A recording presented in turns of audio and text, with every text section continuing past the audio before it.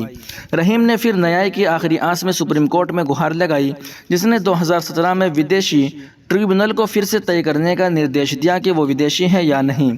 اس بار بھی ٹریبیونل نے رحیم کی طرف سے پیش دستاویزوں میں اسپیلنگ اور تاریخوں میں غلطی کی اور اشارہ کرتے ہوئے انہیں ودیشی گھوشت کر دیا۔ موت کے بعد میں سپریم کورٹ میں کیوں چلتا رہا کیس؟ اخبار کے مطابق سپریم کورٹ میں رحیم علی کی طرف سے پیروی کرنے والے وکیل کوشک چودھری نے کہا کہ نچلی عدالت کے وکیل نے انہیں یہ کیس سونپا تھا اور وہ بنا فیس کے ہی ان کا کیس لڑ رہے تھے۔ چودھری نے کہا کہ انہیں علی کی موت کے بارے میں پتہ نہیں تھا۔ انہوں نے کہا، ہمیں اس کی جانکاری نہیں تھی، ہم تو تبھی جان پاتے جب پریوار یا راجیہ اس کی سوچنا دیتا، لیکن ایسا نہیں ہوا۔ ان معاملوں میں شامل لوگ شکست نہیں ہیں، اس لیے انہیں بھی دوش نہیں دیا جا سکتا۔ پولیس کے ڈر کے مارے مارے پھرتے تھے رحیم۔ وہیں علی کے بیٹے مجیب الرحمان کہتے ہیں کہ پتا کی موت کے بعد پریوار میں کسی نے بھی کسی وکیل سے بات نہیں کی۔ وہیں گاؤں میں رہ رہی علی کی 51 ورشیہ پتنی حاجرہ بی بی نے کہا کہ ان کی پوری قانون لڑائی کے دوران ان کا سب سے بڑا ڈر یہ تھا کہ انہیں پولیس لے جائے گی۔ وہ بتاتی ہیں کہ انہوں نے پورے 3 مہینے تک گھر پر سونا بند کر دیا۔ حاجرہ ان دنوں کو یاد کرتے ہوئے بتاتی ہیں، انہیں ڈر تھا کہ پولیس رات میں آ کر انہیں لے جائے گی، اس لیے وہ ہر رات چپ چاپ نکل جاتے اور کسی اور کے گھر میں بتاتے۔ میرے علاوہ کسی کو نہیں پتا تھا کہ وہ گھر پر نہیں ہیں، یہاں تک کہ میرے بچے بھی نہیں جانتے تھے۔ کورٹ کے چکر میں برباد ہو گیا پریوار۔ حاجرہ بتاتی ہیں کہ پریوار کو 3 دن بعد پتہ چلا کہ سپریم کورٹ نے انہیں بھارتی ناگرک گھوشت کر دیا ہے۔ ان کے سب سے بڑے بیٹے حبیب الرحمان نے کہا، ان کے ایک چچیرے بھائی جو فارماسسٹ ہیں، انہوں نے یہ بات بتائی۔ وہیں ودیشی ناگرک کا تمغہ ہٹنے کو لے کر حاجرہ بی بی سوال اٹھاتی ہے، اب اس کا کیا مطلب ہے؟ جس ڈر میں وہ جی رہے تھے کہ انہیں لے جایا جائے گا، وہ ان کے ساتھ ہی مر گیا۔ اگر ابھی بھی انہیں ودیشی کہنا چاہتے ہیں تو وہ کیا کرتے؟ انہیں ان کی قبر سے اٹھا لیتے؟ وہ بتاتی ہیں کہ اس معاملے میں ان کے پریوار کو بھاری آرتھک نقصان پہنچایا۔ علی دوسروں کی زمین پر مزدور کے طور پر کام کرتے تھے اور ان کے 2 بڑے بیٹے بھی دہاڑی مزدور ہیں۔ وہیں مجیب الرحمان کہتے ہیں کہ کورٹ کے چکر لگانے میں ان کے 2.5 لاکھ روپے خرچ ہو گئے۔ وہ بتاتے ہیں کہ انہوں نے اپنی 4 گایوں میں سے 3-5 بکریاں، علی کے پتا کے 1 کٹھا زمین بیچ دی اور اپنی 2 بیگھہ زمین میں سے 1 کو گروی رکھ دیا ہے۔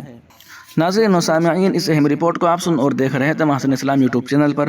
تمام تازہ ترین اپڈیٹ حاصل کرنے کے لیے بھی اس چینل کو سبسکرائب ضرور کر لیجیے گا، اور ویڈیو کے نیچے جوائن والے آپشن پر کلک کیجیے یا تھینکس والے آپشن پر کلک کر کے اس چینل کو سپورٹ ضرور کریں۔ السلام علیکم ورحمۃ اللہ۔